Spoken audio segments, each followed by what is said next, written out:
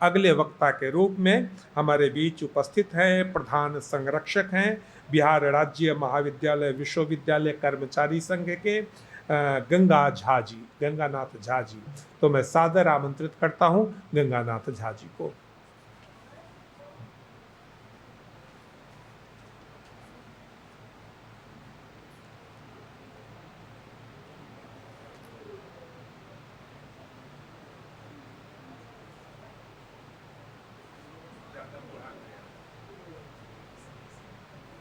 परमादरणीय अध्यक्ष महोदय, समादरणीय मंचासी विद्वज्जन, सभा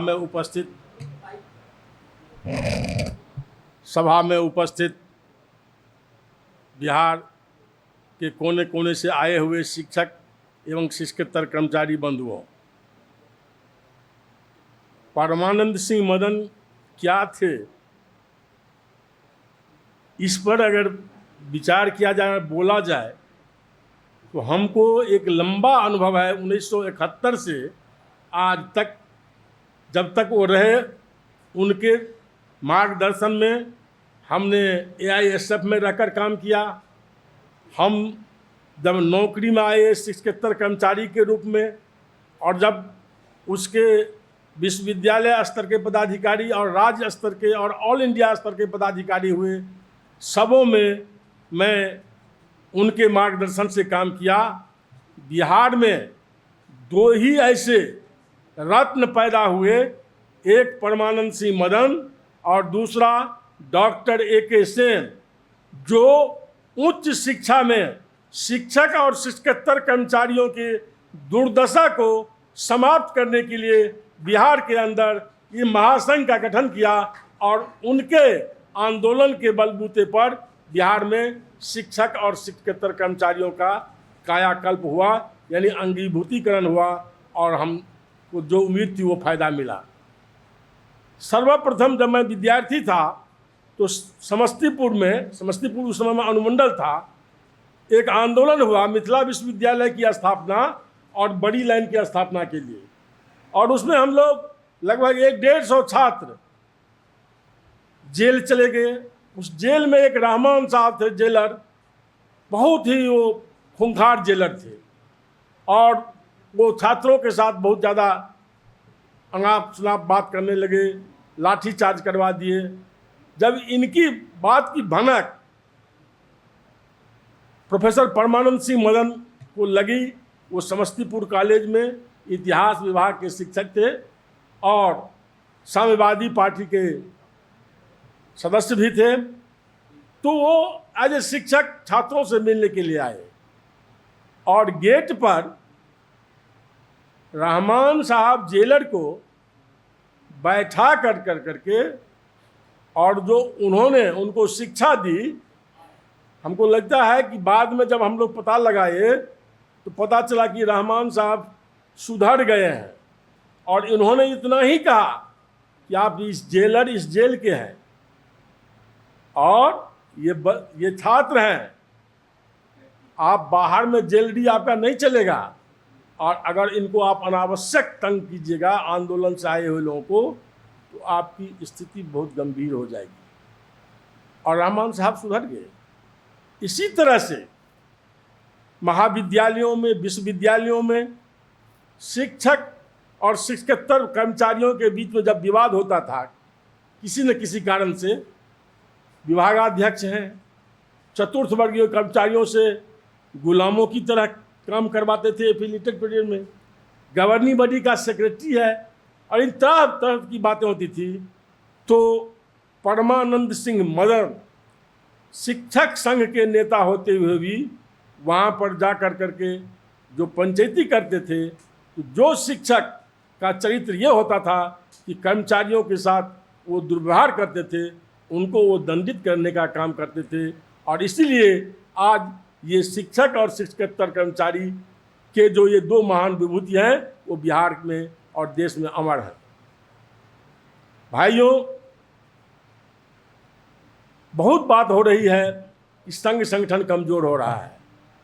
जब आदमी नहीं है तो कमज़ोर क्या, मजबूत क्या।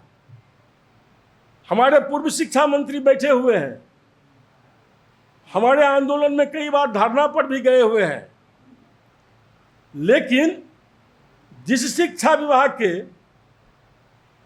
प्रधान सचिव से लेकर करके मंत्री तक का, मुख्यमंत्री तक को इस बात का एहसास नहीं है कि पूरे प्रदेश में जो कॉलेज चलता है, विश्वविद्यालय चलता है, उसके लिए सरकार कंटीजेंसी अमाउंट देती थी, जिससे लेबोरेटरी, लाइब्रेरी, कार्यालय और भवन का मरम्मत ये काम होता था।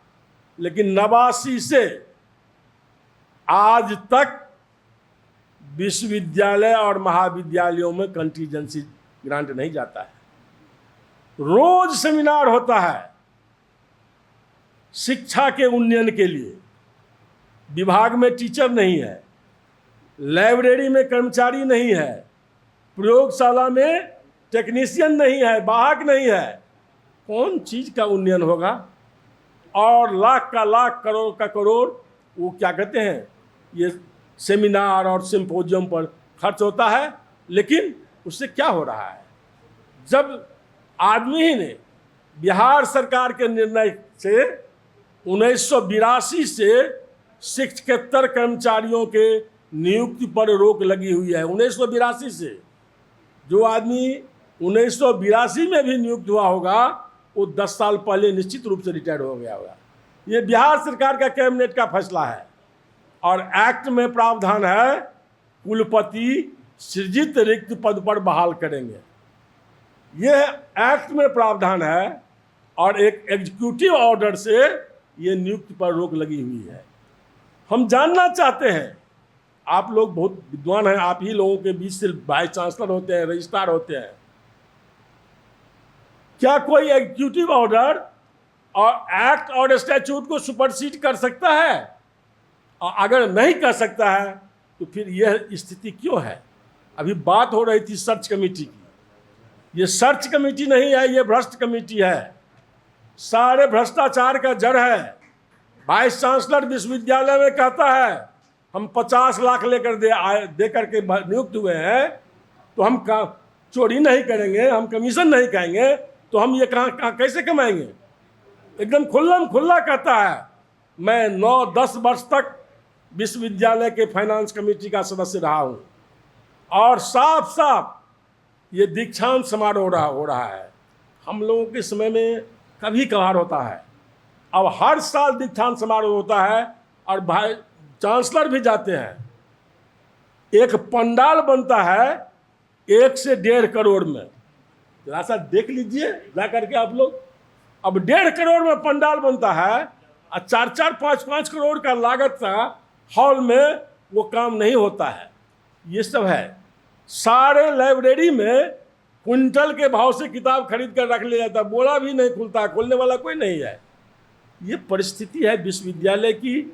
और आप संगठन की बात करते हैं, संगठन में जो लोग थे, जो पदाधिकारी थे, वो हुए।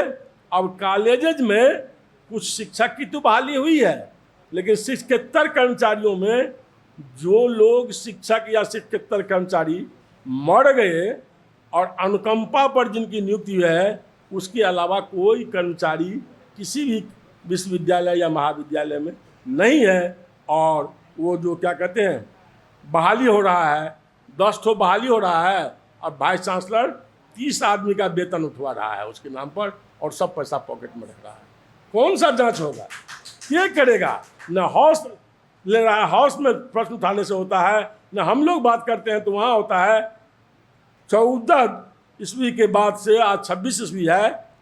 76 कर्मचारी संघ से बिहार सरकार का एक भी पदाधिकारी प्रतिनिधि मंडल से वार्ता का समय नहीं दिया है और वार्ता नहीं हुई है। कहाँ होगा समस्या का निदान? ये तो परिस्थिति है। कभी हम लोग संजीव बाबू से, कभी क्या कहते हैं संजय बाबू से, कभी अरुण बाबू से, कभी जो लोग हैं जो मंत्री संतरी परिचित हैं उनसे क्या करके 5 से 7 मिनट मंत्री जी से बात हो जाती है। एक बार विजय बाबू वित्त मंत्री थे, हम लोगों का दरमाहा रुका हुआ था। उन्होंने कहा कि ये बात करने के क्यों भाई साहब पैसा रुका है? साहब यूटिलाइजेशन नहीं दे रहा है इसलिए बंद हो, वेतन नहीं मिलेगा। चलिए आप एक कानून बना दीजिए, लिख दीजिए तो चिट्ठी हर कर्मचारी शिक्षक एक पोस्ट कार्ड पर में यूटिलाइजेशन भेज दे। अरे महाराज, यूटिलाइजेशन देना काम है सिंडिकेट का, जिसमें बिहार सरकार का 6 ठो सिंडिकेट मेंबर, चांसलर का 3 ठो, इलेक्टेड मेंबर तो 2 या 4 है। तो सिंडिकेट नहीं देता है तो उस पर आप FIR कीजिए ना। वाइस चांसलर बैठक नहीं बनाता है तो उस पर आप FIR कीजिए ना। इसमें शिक्षक और कर्मचारियों का क्या योगदान है जो आपको यूटिलाइजेशन देगा? आप दीजिए, हम लोग हर महीना पैसा मिलेगा भेज देंगे यूटिलाइजेशन। तो ये बात अगर सरकार नहीं समझती है, सरकार के ऑफिसर नहीं समझते हैं, विश्वविद्यालय के वाइस चांसलर नहीं समझते हैं, कॉलेज के प्रिंसिपल नहीं समझते हैं, तो अब इसको समझाने के लिए तो पहले उनको टेक्निकल क्लास कीजिए। और अंत में मैं बिहार राज्य विश्वविद्यालय एवं महाविद्यालय कर्मचारी महासंघ की ओर से श्रद्धेय स्वर्गीय परमानंद सिंह मदन को श्रद्धांजलि अर्पित करता हूं और अपनी वाणी पर विराम देता हूं।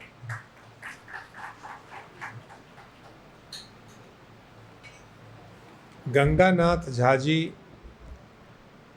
महाविद्यालय, बिहार राज्य महाविद्यालय विश्वविद्यालय कर्मचारी संघ के प्रधान, क्षमा करेंगे, गंगा प्रसाद झा है।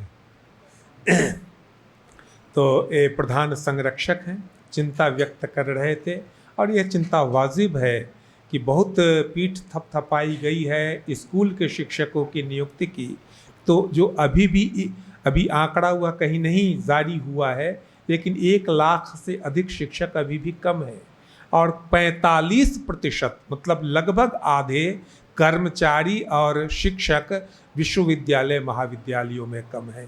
तो बिना आदमी के पढ़ाई हो रही है या तो यही हो रहा है। अगले वक्त